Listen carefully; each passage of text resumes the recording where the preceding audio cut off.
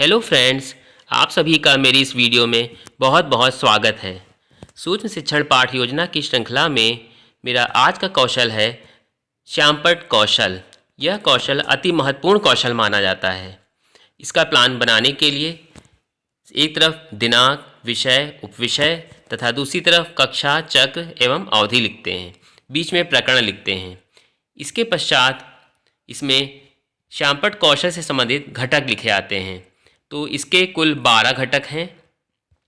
इसके पश्चात प्रस्तुतिकरण लिखते हैं। प्रस्तुतिकरण में हम एक सारणी बनाते हैं जिसके अंतर्गत छात्र अध्यापक क्रियाएँ, छात्र अनुक्रिया, प्रयुक्त घटक लिखे आते हैं। फिर इसके पश्चात इसमें एक छात्र अध्यापक द्वारा स्पष्टीकरण दिया जाता है।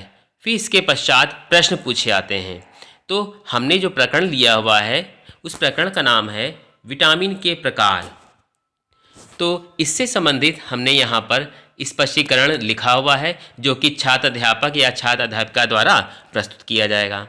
स्पष्टीकरण में क्या है? विटामिन मुख्य रूप से 2 प्रकार की होती है, जल में घुलनशील, वसा में घुलनशील विटामिन। जल में घुलनशील विटामिन बी तथा सी होती है। वसा में घुलनशील विटामिन ए, डी, ई तथा के होती है। इतना पढ़ाने के पश्चात ये जो कंटेंट है हमारा, इसको छात्र जो है ध्यानपूर्वक सुनते हैं। फिर इसके पश्चात इसी कंटेंट से संबंधित हम बोधात्मक प्रश्न पूछते हैं कि बच्चों को क्या आया, क्या नहीं आया। इन्हीं बोधात्मक प्रश्नों के आधार पे हम श्यामपट्ट सारांश विकसित करते हैं। तो इसमें सबसे पहला प्रश्न है, आज आपने किसके बारे में अध्ययन किया? तो बच्चे बताएंगे विटामिन के बारे में अध्ययन किया। दूसरा प्रश्न है, विटामिन कितने प्रकार की होती है? तो बच्चे बताएंगे 2 प्रकार की होती है। फिर तीसरा प्रश्न है, प्रथम प्रकार की विटामिन कौन सी होती है? तो बच्चे बताएंगे जल में घुलनशील। इसी तरीके से अगला प्रश्न है, द्वितीय प्रकार की विटामिन कौन सी होती है? तो बच्चे बताएंगे वसा में घुलनशील विटामिन। इसके पश्चात 5वां प्रश्न है, जल में घुलनशील विटामिन कौन कौन सी होती हैं? तो बच्चे बोलेंगे विटामिन बी तथा सी। और वसा में घुलनशील विटामिन कौन सी होती है? तो बच्चे बोलेंगे ए, डी, ई, के। तो बच्चे जिस प्रकार से प्रश्न का उत्तर दे रहे हैं उसी प्रकार से हम यहाँ पर श्यामपट्ट सारांश विकसित करते हैं।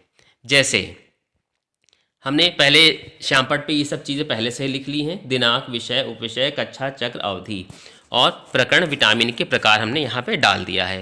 अब हम इसमें सबसे पहला प्रश्न जब बोधात्मक पूछते हैं ये वाला कि आज आपने किसके बारे में अध्ययन किया, ये देखिए जो पहला प्रश्न था याला, तो इसमें हमने ये प्रश्न पहले पूछा और इसके पश्चात जैसे ही बच्चे उत्तर देते हैं कि विटामिन के प्रकार के बारे में, तो यहाँ पे आपको ये जो नीचे लिखा हुआ है ये श्यामपट्ट में यहाँ पे लिख देना है। इसके पश्चात दूसरा प्रश्न आपने जो पूछा है कि विटामिन कितने प्रकार की होती है, तो बच्चों ने बताया 2 प्रकार की। तो यहाँ पे हमने एक इस टाइप का डायग्राम बनाया और इसमें हमने पहला प्रकार यहाँ लिख दिया और दूसरा प्रकार यहाँ लिख दिया। ठीक, तो ये इस तरीके से मेरा दूसरा प्रश्न भी हो गया। इसी तरीके से जब तीसरा प्रश्न पूछेंगे प्रथम प्रकार की विटामिन कौन सी होती है, तो बच्चे बताएंगे जल में घुलनशील। तो तीसरे प्रश्न का जो हमारा उत्तर मिला जल में घुलनशील, तो देखिए यहाँ पे हमने जो है 1 जहाँ लिखा था उसके आगे जो है जल में घुलनशील विटामिन लिख दिया। इसी तरीके से जो अगला प्रश्न पूछा है कि द्वितीय प्रकार की विटामिन कौन सी होती है, तो बच्चे बोलेंगे वसा में घुलनशील। तो अब आप क्या करेंगे, यहाँ पे हम वसा में घुलनशील विटामिन लिख देंगे। फिर इसी तरीके से अगला जो प्रश्न पूछा जाएगा कि जल में घुलनशील विटामिन कौन कौन सी होती है, ये 5वां प्रश्न है। तो बच्चे बोलेंगे बी तथा सी। तो कौन कौन सी होती है ये हम यहाँ लिख देंगे उदाहरण करके। देखिए जल में घुलनशील विटामिन के उदाहरण कौन कौन से हैं, विटामिन बी तथा सी। और इसी तरह वसा में घुलनशील विटामिन के जब हम क्वेश्चन का उत्तर मिलेगा हमें, तो हम यहाँ पर लिख देंगे ए, उदाहरण लिखकर ए, डी, ई तथा के। इस तरीके से हमारी ब्लैक बोर्ड समरी यानी कि श्यामपट्ट सारांश जो है तैयार हो जाता है। और इसी श्यामपट्ट सारांश को बच्चों से हम कॉपी में उतारने के लिए कह देते हैं और इस प्रकार से ये मेरा प्लान पूरा हो जाता है। इसके पश्चात निरीक्षण अनुसूची तथा रेटिंग स्केल के लिए अपने प्लान को जो हम पीछे रखते हैं मेज पर, और वहाँ पे जो शिक्षक ऑब्ज़र्व करते हैं तो बहुत बारीकी से वो ऑब्ज़र्व किया जाता है।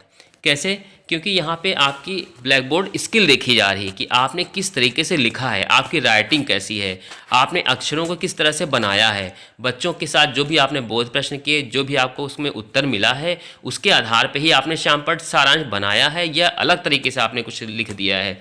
तो इन सब चीज़ों को बहुत फोकस किया जाता है, इसके पश्चात ही रेटिंग की जाती है। तो जैसे सबसे पहला इसमें लिखा है, एक से लेकर इसमें 12 घटक हैं। इन 12 घटकों के आधार पे ही जो है आपकी रेटिंग की जाती है।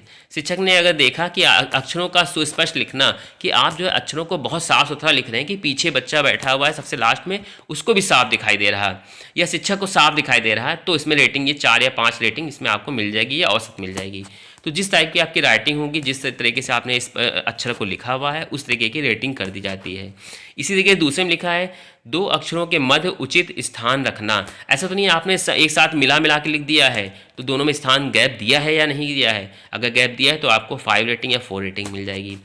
2 शब्दों के मध्य उचित स्थान रखना, अक्षरों के बाद अगर शब्दों के बीच में भी आपने अगर उचित स्थान रखा है तो आपको उसी हिसाब रेटिंग मिलेगी। अक्षरों का आकार कक्षोचित रखना, ऐसा तो नहीं कि आपने बहुत बड़ा बड़ा लिख दिया है कि कक्षा मतलब उसमें वो सारी चीज़ आ ही नहीं पा रही जो आपको प्रेजेंट करना था, कि ऐसा तो नहीं आपने बहुत छोटा लिख दिया कि आखिरी तक दिख ही नहीं रहा। तो कक्षोचित का मतलब होता है कि कक्षा के अनुसार, मतलब सबसे लास्ट में जो भी बच्चा बैठा हुआ है उसको भी आपको जो बोर्ड पे लिखे वो सब कुछ दिखाई दे, उतने आकार का आपको अक्षर या शब्द बनाने हैं इसमें। अक्षरों की मोटाई और एवं चौड़ाई में समानता रखना, तो ये जो 5वां वाला है इसमें जो है अक्षरों की मोटाई एवं चौड़ाई में समानता रखना। ऐसा नहीं कि एक पहला से छोटा बना दिया, बाद में आपने बड़ा बना दिया, फिर छोटा बना दिया, फिर बड़ा बना दिया। तो एक समान मोटाई एवं चौड़ाई का ही आपको अक्षर रखना है। फिर इसके पश्चात 6ठा लिखा है, शब्द एवं वाक्यों को सीधी रेखा में लिखना। आपने शब्द लिखा है, कोई वाक्य लिखा है और ना आप ना तिरछा लिखते चले आ रहे हैं, यानी ऊपर शुरू किया बिल्कुल नीचे चले आ रहे हैं, तो उसी हिसाब से आपकी रेटिंग कर दी जाएगी। अगर आपने अच्छा लिखा है तो आपको अच्छी रेटिंग मिलेगी, वरना तो फिर आपको जैसी शिक्षक को जैसा दिखाई देगा वो वैसा रेटिंग कर देंगे। फिर इसके पश्चात है 7वां घटक। 7वें घटक में लिखा, पंक्तियों के मध्य समान अंतर रखना। आप जब भी कोई पहला, दूसरा, तीसरा, 4 लाइन, 5 लाइन जो आपने लिख दी, तो सारी लाइन में समान अंतर है। ऐसा तो नहीं कि पहली लाइन पहला वाक्य और दूसरा वाक्य आपने दोनों में एक ही में मिला दिया है, ऐसा नहीं करना है। आपको पर्याप्त एक डिस्टेंस रखना है, गैप रखना है, पंक्तियों के मध्य समान अंतर रखना है। इसके पश्चात 8वां जो है, इसमें अनावश्यक तथ्यों, बातों को हटा देना। जो भी आपके काम की चीज़ें नहीं है आपने उसको हटा दिया है तो ठीक है, आपको रेटिंग अच्छी मिलेगी। शिक्षण बिंदुओं को तदात्म्यता से लिखना। जो भी शिक्षण बिंदु है आपने जो भी उत्तर हमें मिला है, जो भी शिक्षण बिंदु आपने अच्छे तरीके से लिखा है, प्रदर्शित किया है बोर्ड पे, तो आपको अच्छी रेटिंग मिल जाएगी। वाक्य संक्षिप्त एवं स्पष्ट लिखना। ऐसा तो नहीं कि पूरा सेंटेंस आप लिखे दे रहे हैं, तो जो भी वाक्य आप कहना चाह रहे हैं, बोलना चाह रहे हैं, जो भी हमें उत्तर प्राप्त हुआ है, तो इसको एक कंसाइज वे में, संक्षिप्त रूप में आपको यहाँ पर लिखना है।